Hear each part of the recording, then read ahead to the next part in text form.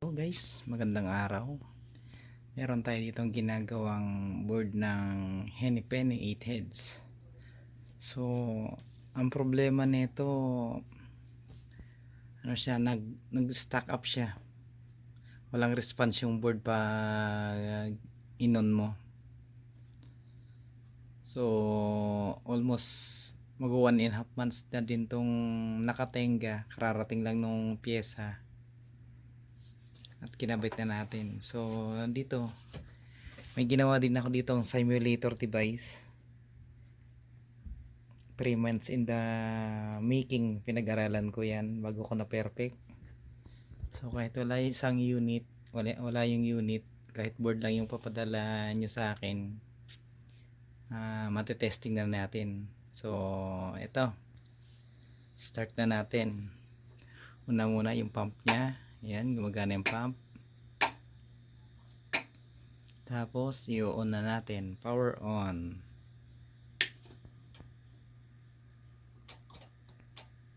Yun. Okay, nag-on na. Oops, ano natin, palalabasan natin siya ng error. Halimbawa, nagloko yung gas valve. Ayan, yan yung ignition module. Ayan, may nag-failure. Yan, nagloko yung pan sa likod. Yan, labas yung pan. Drop pan failure. So, off natin ulit. Ayan, on na natin ulit ang unit.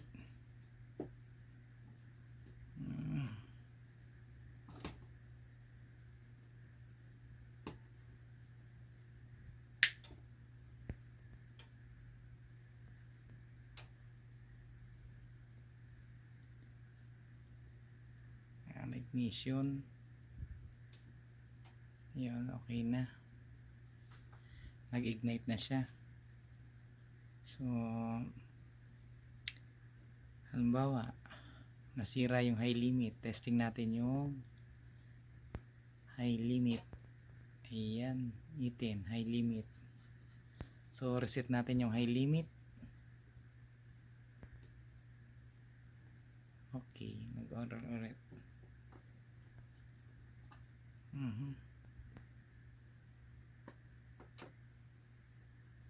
Ignite na ulit siya. Ayan na, okay na. So, yung temp, adjust natin yung temp. Itaas na natin ang temp. Gawin na natin 150. Ang bilis. Oops, lumabas yung idle. Gawin natin 150 yung temperature. Oops, minto yung melt. Unti-unti natin itaas yung temp. Napasobra, 162. 165. Hindi mo kasi siya may i-exit kasi pag tong 8 heads, hindi katulad ng 4 heads, pwede mo i-bypass. Ang 8 heads walang bypass ng preheating. So ang preheating pala guys, para hindi masunog kagad yung mantika. Alam niyo naman yun, lalo na kung kayo mga nasa Jollibee at ano pang fast food. Yun, no, wala. Kailan matapos muna niya yung 215 na preheating time. So 165 pa lang, itaas na natin. Pabutin na natin ang 180. Ayan yung temps niya is 177. Butin na natin ang 200. Antayin muna nating mag-on ulit yung ano niya.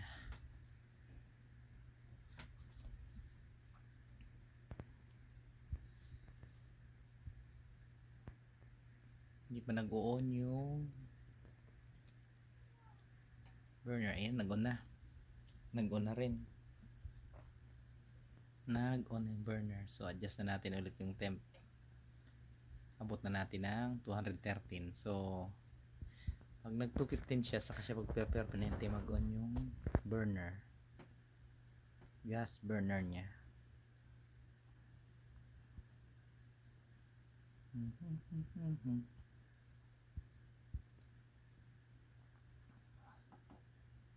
Tayo pa natin ulit. Isa pang cycle.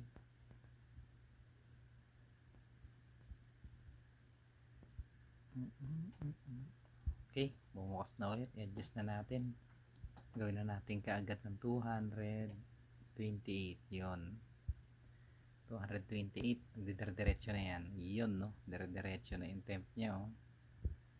Sana ganyan kalakas yung apoy ng fryer. Abuti na kaagad natin ng 300 para hindi na magtagal pa. Oops.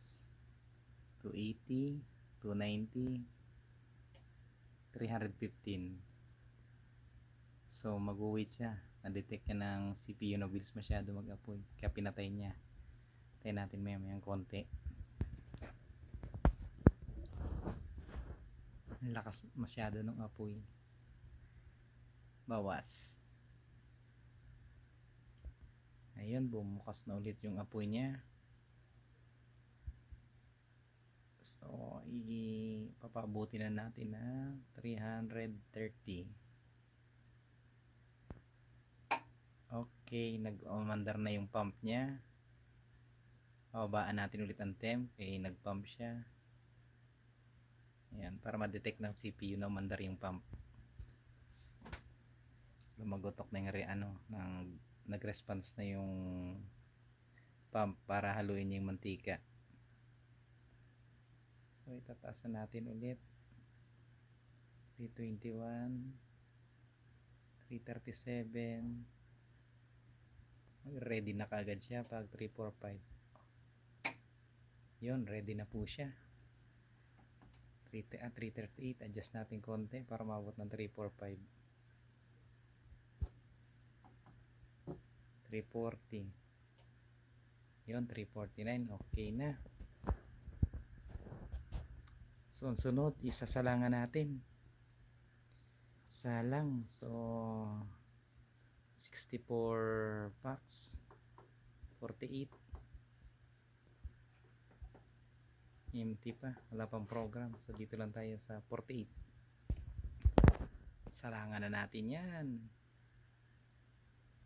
Aha. Start.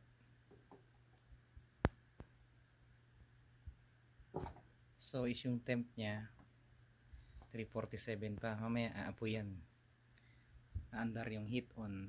Kapag bumagsak ng pababain natin yung temp. Gawin natin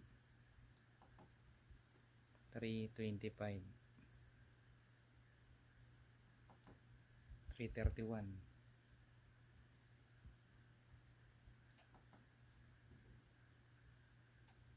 Iyon, no? So mapuy na siya. Tapos nagkaroon na rin siya ng pressure. Nag-pressure na. So dahil matagal to, fast forward na natin para hindi tayo abutin ng siyam-siyam.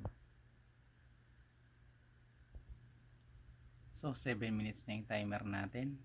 So yung ating mga indicator light, yung white na ilaw, ayan po, eto, white na ilaw is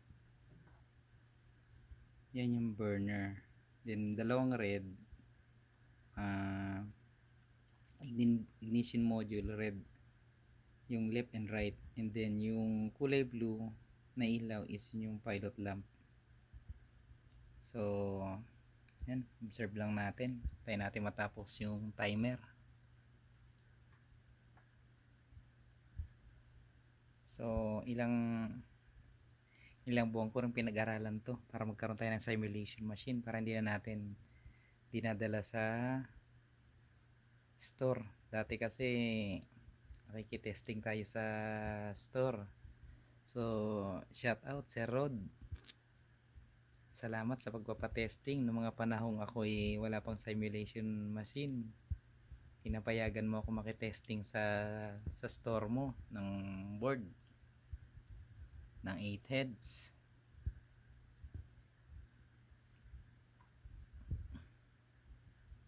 So pwede na ulit kayo guys magpagawa ng board. Padala nyo lang sa akin, ipin nyo lang po yun sa Google. Yun yung address ko, DJ Glenn All Around Repair Services. Nakikita naman yan sa Google at sa Waze.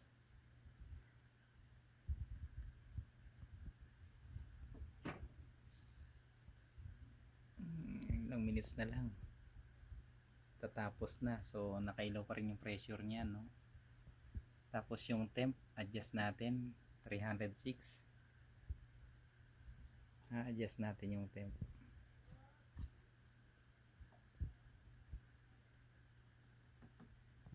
Gawin nating 330. Ayun, no? Namatay yung ano, umabot ng 322. Namatay yung gas. Ay, yung ano, yung burner niya wala na ring ilaw, din rin yung puti-puti. Yung pilot, ayan, naka pressure on pa siya.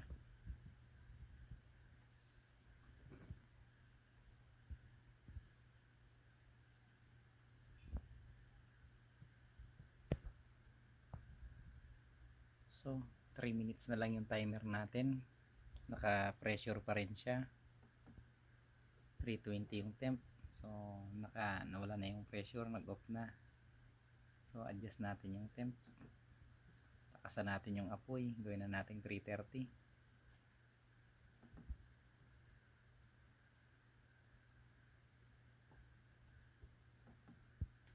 And 330.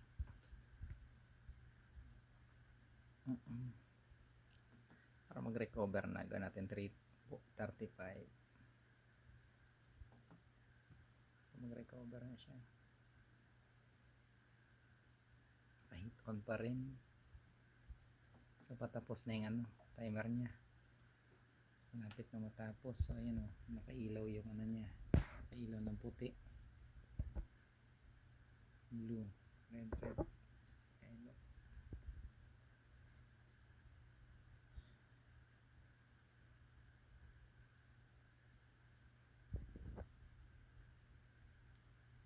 Temperature 334.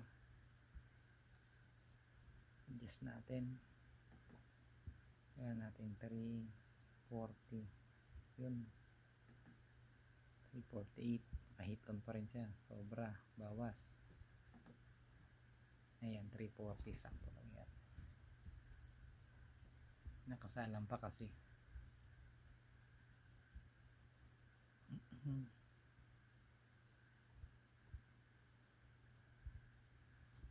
So, maraming salamat pala sa mga technician na walang sawang tumatangkilik sa DJ Glenn All Around Repair Services na nagpaparepair ng board.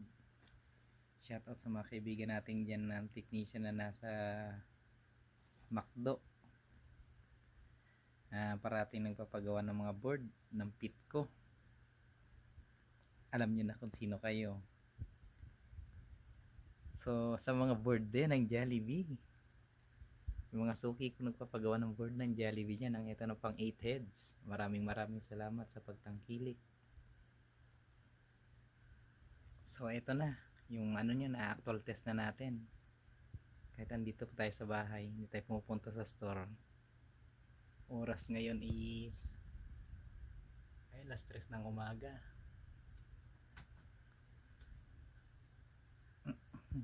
Kaya tapos lang natin tong board na to. Kailangan na daw ng store. Tagal din bago dumating yung piyesang pinalitan ko. So tinatapatan din natin ang warranty ng supplier, no? 3 months warranty rin tayo sa mga gawa natin. So yan, matatapos na yung timer nya. Malapit na magdaan. 40 seconds na lang. So bagubuguhan pa lang tayo sa YouTube. Sa mga technician at mga nanonood dyan, maraming salamat. Kahit ako ay wala pang 3 months, natutuwa ako na sa nakaka 100 views na rin po ang ating page. Sa nagsisimulang walang advertisement, no? Hindi tayo nagpapabuhat. May mga nagla-like na rin po ng ating mga ina-upload na video. So hindi lang pala, marami po tayong ginagawa, no? Lahat po ng gamit, all around repair services po tayo. Ayan, air conditioning, kitchen equipment, mga gamit sa bahay. Ayan, done na siya ngayon. Okay na, tapos na yung timer natin. Okay, it's done. Tapos wait, naka 340. Ready na siya. Adjust natin, ganun natin 345. Yun, sakto. Salamat. Okay na po siya guys. Okay na to. Padi-deliver na natin through Lalamove. Marami. So, i-off natin. Off na. Okay.